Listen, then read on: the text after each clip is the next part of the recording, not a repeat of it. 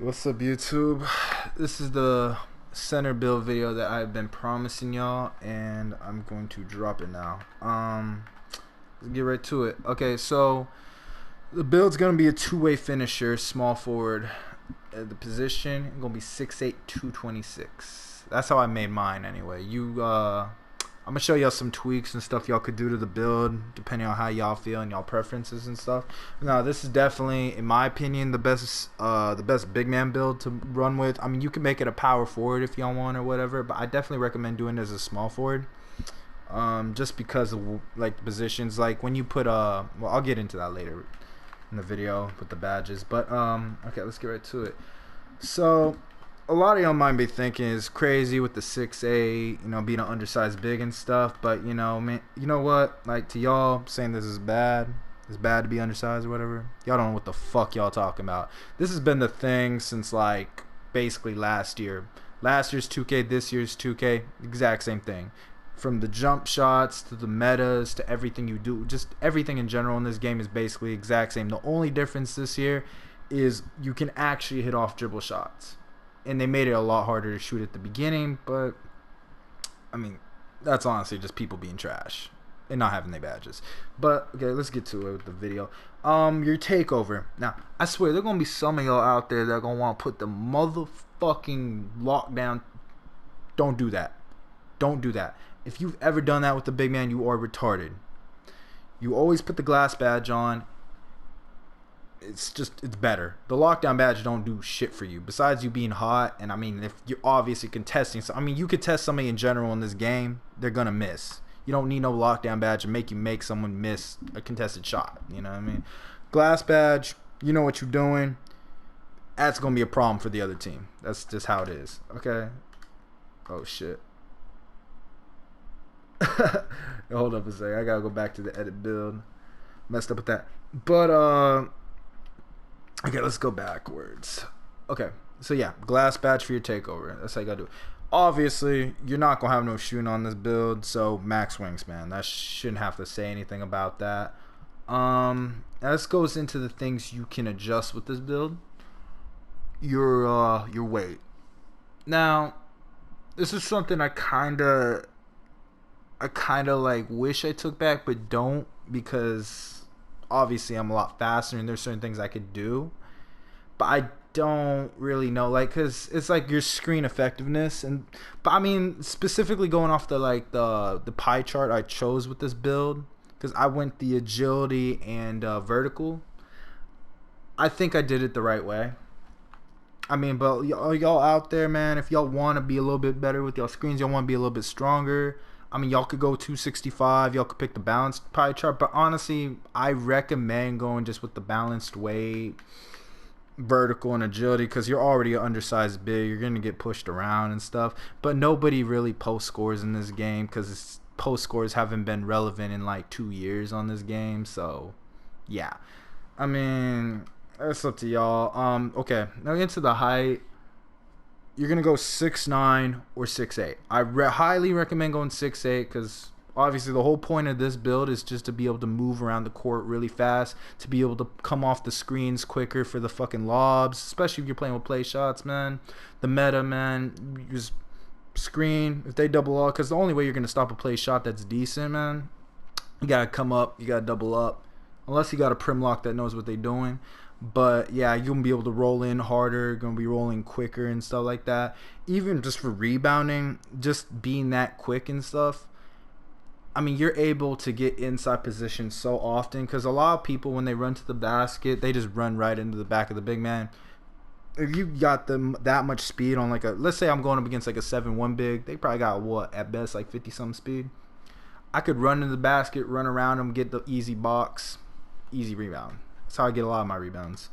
Okay, let's go into the attributes and stuff. Oh, also, one thing I almost forgot.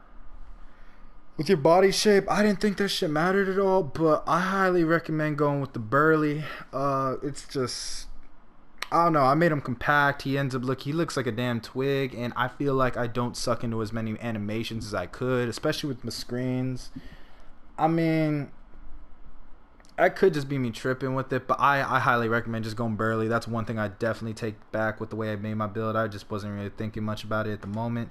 Okay, now let's go into the point layout. You're gonna just cap out your finishing, cap out your interior your defense and rebounding. Just cap all that out. Just shouldn't have to say anything. It's pretty simple. Your passing accuracy. I play Pro-Am, so I up my passing accuracy. You don't have to have it like all the way up. I just highly recommend getting it to 70. 70 is a good range to where you're not gonna be just launching them things out of bounds and all that. Your free throws 70. Usually you want to have around there. I'm able to basically hit all my free throws, man. If y'all can't have free throws with a 70 free throw, you just trash. I don't even know what to tell you. You just trash. Let's get into the real fun stuff. Your pie charts. Okay, now you see all these pie charts up here? Yeah, don't pay attention to those. These are just pointless. You don't need to know anything about these. Just forget those. Now these two right here are the ones you're going to be picking between. Like I said earlier in the video, I went agility and vertical. Now I'm gonna tell you how to do both ways, or how you should do it if you go either or. If you do go with the agility and vertical pie chart, I just keep them basically regular weight, balanced, 226, perfect weight. Now if you're gonna go with the balanced, I highly recommend, because you kind of kills the purpose in like just keeping the weight regular. If you go balanced, go all the way up on the weight. That's all there is to it. So don't mess with it if you pick agility and vertical.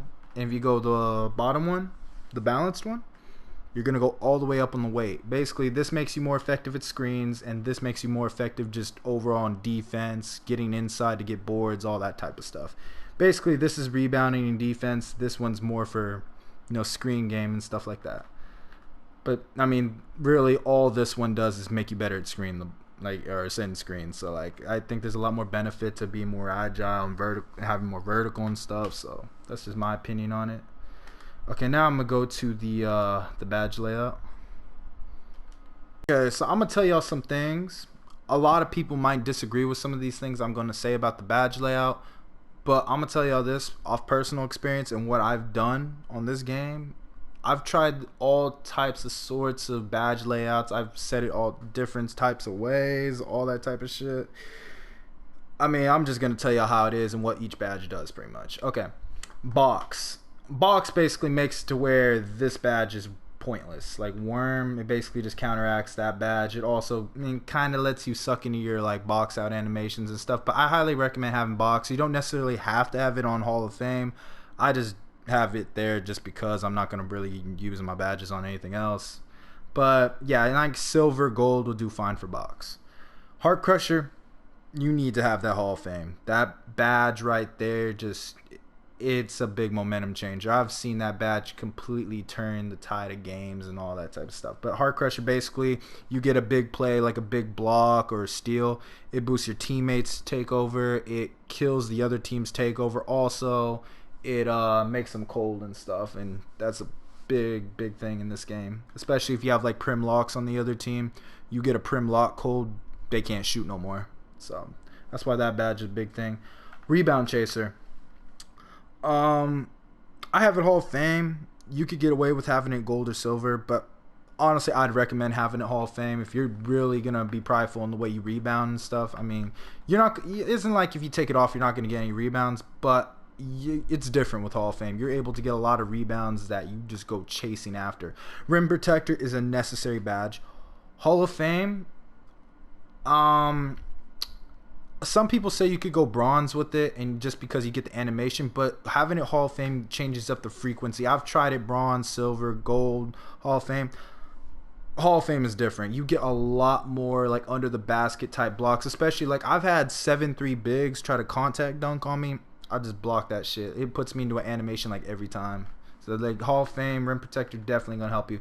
Brick Wall, I'm gonna be honest, if it was up to me, I would not have this bitch on at all, but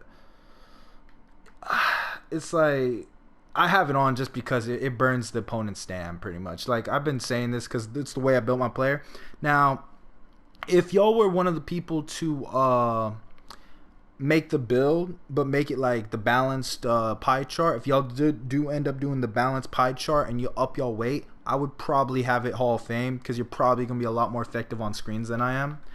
But I mean, from this purpose, I mean, like if you go with the lighter build, you don't necessarily have to have the build on. You just have to make contact with your screens. It isn't like your screens are going to kill anyone regardless. You don't get any different animations with the screens or anything. All it does is kill their stam a little bit more. That's pretty much the only difference.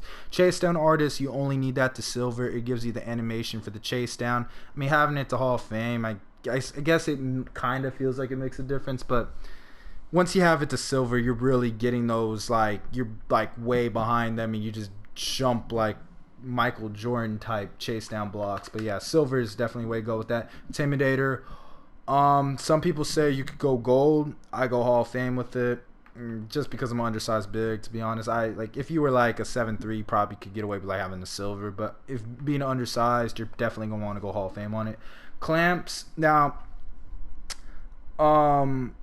I play a lot. I'm gonna be honest. I play usually like park. I play the 3. I'm in the paint a lot. I don't really ever guard the perimeter. Even in pro-am, I'm the only big man on the team. I play center. Clamps, it makes a big difference on like little. Have you ever like had those, like the center gets the catch and they kind of just like run past you, dunk it real quick. You don't get no animation. Your player just kind of stands there. It sucks you into the animations. And basically, you're always going to get a suck in animation before they take it up. And if you're in an animation with them, you're going to get a contest. That's why I have that Hall of Fame. It always sucks you into an animation. Also, when you suck into animations, you're able to rip out of them. You're able to foul out of them a lot of the time. It bails you out a lot of the time. The Clamps badge is definitely a must. I would put that Hall of Fame. Now, some things you could do to mess around with the badge layout. Like I said, you could, take your brick wall off, down that to gold, down that to gold. You could lower this to like silver. Badges I would put stuff onto, probably pickpocket, go like pickpocket silver. Post move lockdown, I mean, it's a very useful badge if you have somebody actually trying to post score on you, but nobody post scores. Like, it's just worthless. If you make a post score, you're trash. Defensive leader, it's a fun badge to have, but it really doesn't make a difference. I mean, +4 to steals, and it doesn't really make a difference. Pick dodger. Now, if you do play perimeter defense with this build, which you shouldn't be, because this build is for the paint. This is a paint build. But I mean, if you do, silver pick dodger will take care of you. Hall of Fame is a little excessive. Interceptor, most pointless, useless badge I've ever seen on this damn game. It doesn't work. It works for like maybe like a 6'3", 6'4" guard, but I mean, if you're 6'8", like those steals that go like right by you are going to continuously still go right by you. It doesn't make a difference. You pretty much hit square right when they pass it through you. That's all you do. The interceptor doesn't really help you that much. Lightning reflexes, same thing as interceptor. This badge, useless. This badge, useless. This badge, useless. Pogo stick, I don't know what it is this year specifically. Pogo stick doesn't do shit. Trapper, I haven't messed with that badge actually. I probably will mess with it a little bit, but yeah, I wouldn't really be able to say anything. Worm is a very useful badge, but I basically had to choose between that and brick wall. But Worm really only kicks in when your player's hot. Like if your takeover kicks in, man, that's the badge that makes you really OP, because that worm badge, you basically worm over them like every single time. You do that little swim move and you got the insight every time. So one-on-one, you're just going to body them. Off-ball pest is a really good badge, actually. I've tried it a couple times. On like pick and roll situations, it's pretty useful. Honestly, bronze usually gets me the animations. Like, let's say you got the little play shot, the big man trying to like roll in for the, to get the lob, dunk, all that. Basically, you're able to suck into the guy that rolls in, and you kind of block them from being able to catch a lob, which is one way I've been able to stop a lot of that actually. Moving truck's a good badge only if you're like a 7'3" big, but you don't really need it because nobody's trying to post score on you. Yet again, these two badges, useless.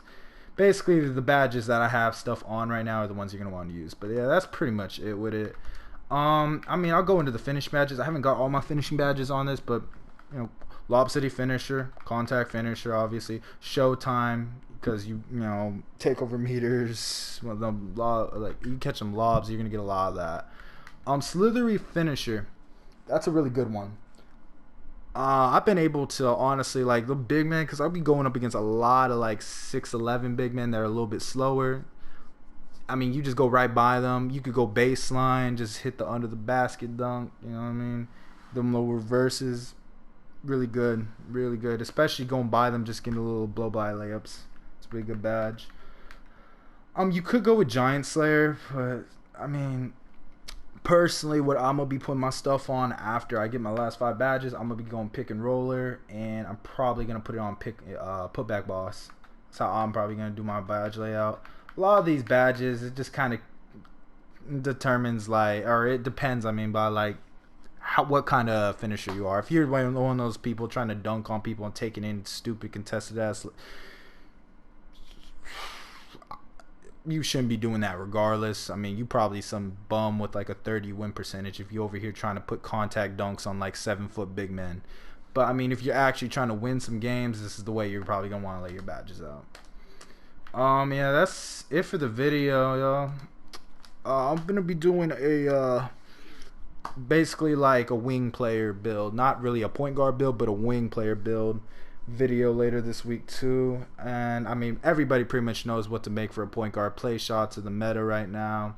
If you make a play slasher or slashing playmaker, you probably got like a 50 win percentage. You probably lose most of your games. So yeah, that's, you know, everybody knows what the builds to make are pretty much for point guards is what I'm saying. But yeah, I'll be doing like a wing player build. But yeah, that's it for the video, y'all. Leave a like and subscribe. Share the video with your friends. Share the video with your mama. Share the video with your brother, your sister. It don't matter. Just get the shit out there.